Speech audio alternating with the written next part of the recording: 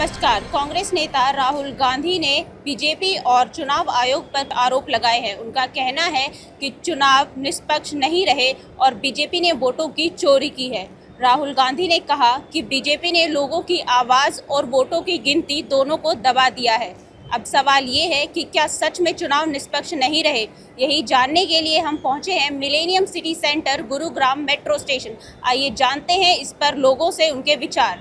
देखिए, election commission अपना fair काम कर रहा है। जितनी भी ये चीज़ें आती हैं कि यहाँ फेयर नहीं हुआ या कुछ इनवैलिड वोटर्स को वोटिंग राइट्स दिए जा रही हैं, तो मैं मानता हूँ कि इसमें कुछ ऐसा इलेक्शन कमिश्नर का हाथ नहीं होता, क्योंकि इलेक्शंस तो एक फेयर एंड फेयर एक प्रोसेस है हमारा, जिसमें जो भी प्रोसेस एक फॉलो होता है उसके थ्रू आपको वोटर आईडी राइट्स दिए जाते हैं। तो मुझे लगता नहीं कुछ ये अनफेयर रहा इसमें। मुझे लगता है जिसमें जिस स्टेट में जिस पार्टी का डोमिनेंस है, हाँ जी, तो वहाँ पे कुछ ना कुछ कहीं ना कहीं वोटर्स को इन्फ्लुएंस करा जाता है डोमिनेंस के हिसाब से। तो थोड़ा बहुत तो लगता है कि हाँ, जहाँ पे डोमिनेंस है, जहाँ पे उनका कुछ पार्टी लाइक कहीं पे कुछ है, तो उसमें थोड़ा हो सकता है कि हाँ, जैसे वेस्ट बंगाल की बात करें, हाँ तो वेस्ट बंगाल में ममता बनर्जी का लगता है कि हाँ, वहाँ पे अनफेयर कुछ वोटर्स आए हुए हैं। हाँ जी, बिल्कुल, ऑफकोर्स ज़्यादा है। इसकी एक जांच तो होनी भी चाहिए कि यार, ये जो राहुल गांधी जी ने सवाल उठाए हैं, इज़ इट फेयर और नॉट, इनकी कुछ ना कहीं तो थोड़ी बहुत जांच होनी चाहिए, जिससे सत्यता प्रमाणित हो। इसमें मुझे जो मेरी अगर आप व्यू लो, उसमें तो ये है कि जैसे आधार कार्ड बनाया है सरकार, तो आधार कार्ड में पूरी बहुत वेरिफिकेशन रहती है, मोबाइल नंबर्स लिंक्स रहते हैं, सब कुछ रहता है, राइट। तो सेम उसी पैटर्न पे हमें वोटर आईडीज़ भी बनाने चाहिए, जिसमें कहीं ना कहीं कुछ ऐसी लिंकेज हो जिसमें ये पता चले कि हमारा जो वोट है वो कोई ज़्यादा कोई एक्स्ट्रा कोई मिसयूज़ ना हो, और कहीं ना कहीं कुछ आधार लाइक कुछ एक सिस्टम होना चाहिए कि जिससे voter ID card fair voting हो पाए। सर, आपका शुभ नाम? हर्षेंद्र। तो सर, आपने ये इलेक्शन कमीशन ऑफ इंडिया और राहुल गांधी की चर्चा तो सुनी होगी, तो आपको क्या लगता है चुनाव निष्पक्ष रहे? डिबेट करा जा सकता है कि कहीं जगह कुछ म्यूनिसिपैलिटीज़ में शायद वोट चोरी का केसेस हो, बट हमने ऐसे भी केसेस देखे हैं जहाँ पे लोग कह रहे हैं कि उनका वोटर आईडी कार्ड का जो रजिस्ट्रेशन था उसमें गड़बड़ हुई थी, तो वो रीट्राई करने पे 3-4 बार उनका ऐसे आ गया था ईसीआई की साइट पे। तो ऐसा अनलेस एंड अनटिल ईसीआई अपनी तरफ से कुछ सीसीटीवी फुटेज या प्रॉपर प्रूफ दे, तो हम इन क्लेम्स को एलिगेशन ही मान सकते हैं। मतलब मेरे को इतने ज़्यादा नॉलेज नहीं है इस चीज़ पे, बट आई वुड से कि this is a serious allegation, so it should be taken seriously. तो आई वुड इनकरेज कि आई वुड होप कि ईसीआई अगर देयर फॉर श्योर कि ऐसा कुछ गड़बड़ नहीं हुई है, तो they can provide all the CCTV footage and the other evidences to counter that. मेरा ये मानना है कि हाँ, जो फेयरनेस है उसमें थोड़ा सा मुझे लगता है कि कुछ ना कुछ गड़बड़ है।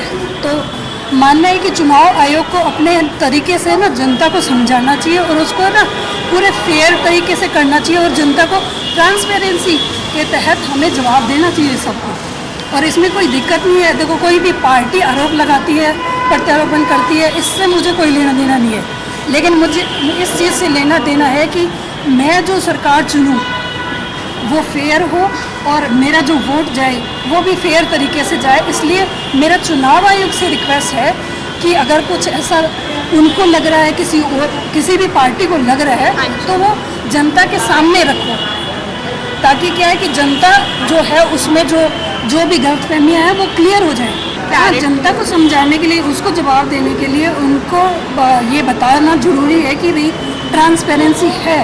चुनाव आयोग ये बताए, समझाए, लोगों के सामने चीज़ें लेकर आए। तो मेरा मानना है कि उनको ये करना चाहिए और उनको लोगों को अपने विश्वास में लेके आना चाहिए। कुछ ऐसा ज़रूर करना चाहिए। माई सेल्फ महिमा शर्मा।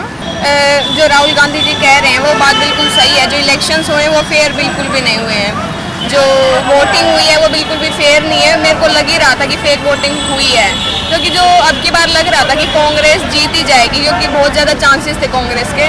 बट अभी जो रिजल्ट भी दिया है उन्होंने, जैसे कि बताया उन्होंने, जो पर्चे उन्होंने दिखाए हैं कि फेक वोटिंग हुई है ये सब, तो मेरे को लग रहा है कि हाँ वो बिल्कुल ठीक है अपनी जगह पे। Election commission need to take a strict action towards it. मेरा नाम विजय कुमार। तो सर आप क्या कहना चाहेंगे इस चर्चा पर? ये जो भी है लिस्ट के ऊपर जो शोर है, चोर है, इलेक्शन कमीशन चोरी कर दी, ऐसा पॉसिबल नहीं है, क्योंकि लिस्ट बनाने का जो प्रोसेस है वो बहुत डिटेल्ड है। उसे ब्लॉक लेवल से लेके और लोकल पार्टीज़ के एजेंट्स सब होते हैं, सब वेरीफाई करते हैं। उसके बाद वो लिस्ट अपर लेवल पे जाती है, वो लोग भी उसको चेक करते हैं और फाइनली जो एसडीएम या मजिस्ट्रेट लेवल के जो ऑफिसर्स हैं वो उस लिस्ट को पब्लिश करते हैं, वेरीफाई करते हैं। राहुल जी यही बोल रहे हैं कि जो चोरी हुई है वो तो वहाँ हुई है जहाँ पे मोदी जीते हैं या बीजेपी जीती है, और जहाँ पे वो जीते हैं वहाँ हेराफेरी नहीं हुई है। तो ये देखिए जो प्रोसेस है कंटिन्यूस प्रोसेस है और अंडर दी लॉ होता है, उसमें कोई ऐसा नहीं है कि किसी को ऐड कर दो किसी को हटा दो।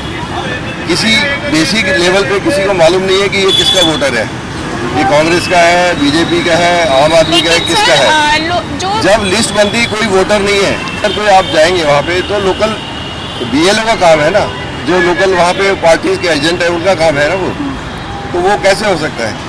जब तक वो एजेंट जाके वेरीफाई करके नहीं देंगे कौन देगा? घर बैठ के कोई लिस्ट नहीं बनती है। मैं इसमें बिल्कुल सहमत नहीं हूँ कि कोई चोरी हुई है। हाँ, कोई एडिशन डिलीशन डिले हुए हैं, कोई रह गए हैं, करेक्शन का टाइम दिया जाता है।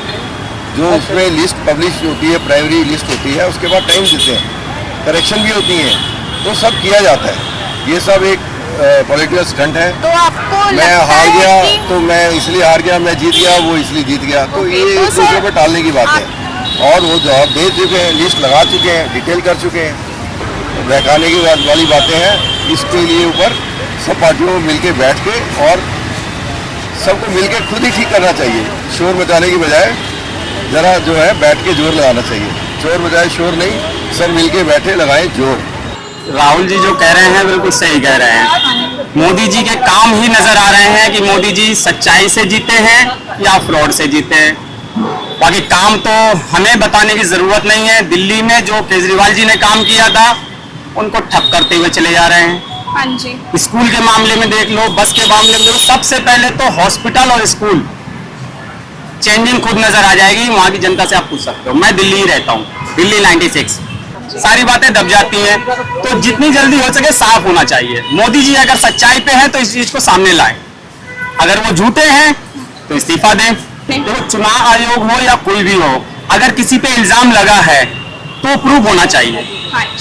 मैं अभी कह दूं कि मोदी जी गलत हैं और वहां सही निकल आए, तो इसलिए पहले प्रूफ हो जाना चाहिए। जनता खुद में खुद जवाब दे रही है। मैं Dinesh Pandey. Actually totally politics है।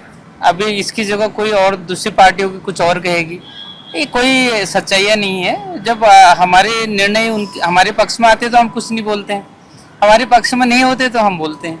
सीधी सी बात है। अगर इसकी जगह अभी कांग्रेस पार्टी में होती तो हो सकता है बीजेपी ऐसा कहती, पर ऐसा नहीं है। जो भी है ये हम नहीं मानते इसको, पर्टिकुलरली मैं तो नहीं मानता। चुनाव आएगा तो हमेशा कोई भी है, हमारी डेमोक्रेसी है, इसमें तो अगर मैं भी करता हूँ आप भी करते हैं, उसके लिए तो जवाब तो देना पड़ेगा। उसके लिए वो उत्तरदायी हैं, उनको देना चाहिए। आपका नाम? नेहा।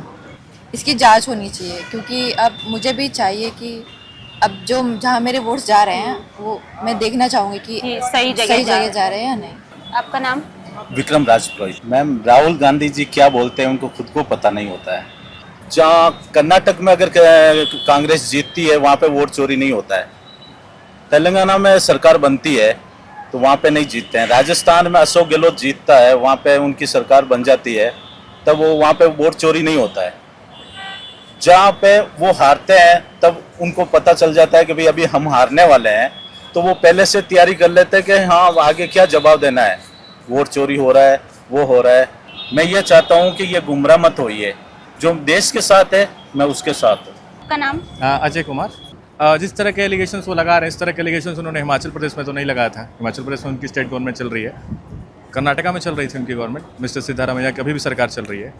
वहाँ पे इस तरीके का वोट फ्रॉड नहीं हुआ था। अगर हुआ था तो सिर्फ ऐसे स्टेट्स की वो बात क्यों कर रहे हैं जहाँ पे अभी एनडीए गवर्नमेंट या उनके मतलब सपोर्टिंग पार्टीज़ का गवर्नमेंट है।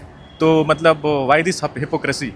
उस स्टेट की भी बात कीजिए जहाँ पे आपकी गवर्नमेंट चल रही है, वहाँ की भी चीज़ें निकाल कर सामने लाइए। तो इनका है कि जहाँ पर ये इलेक्शन जीत जाते हैं वहाँ पे ये कहते हैं कि election is rigged, there is fraud, but जहाँ पे ये हार जाते हैं वहाँ पे तुरंत ये ऐसी बातें करते हैं कि पार्शियलिटी हो रही है XYZ। तो ये बहुत क्लियर है, लोगों को समझ में आता है। आपका नाम? आदित्य श्रीवास्तव। वो मुझे नहीं लगता कि वो एकदम से 100% करेक्ट है, एंड वो अपोजिशन है, सो वो ये सब कर रहे हैं। ऐसा कुछ नहीं है, कोई वोट चोरी नहीं की जा रही है, एंड सब सही चल रहा है मेरे हिसाब से। उन्हें इस पर एक बार इन्फॉर्मेशन या जानकारी तो करनी चाहिए कि सही है कि नहीं। ऐसे एलिगेशन कोई भी नहीं ला सकता ना, पूरे कंट्री की बात है ये। आपका नाम?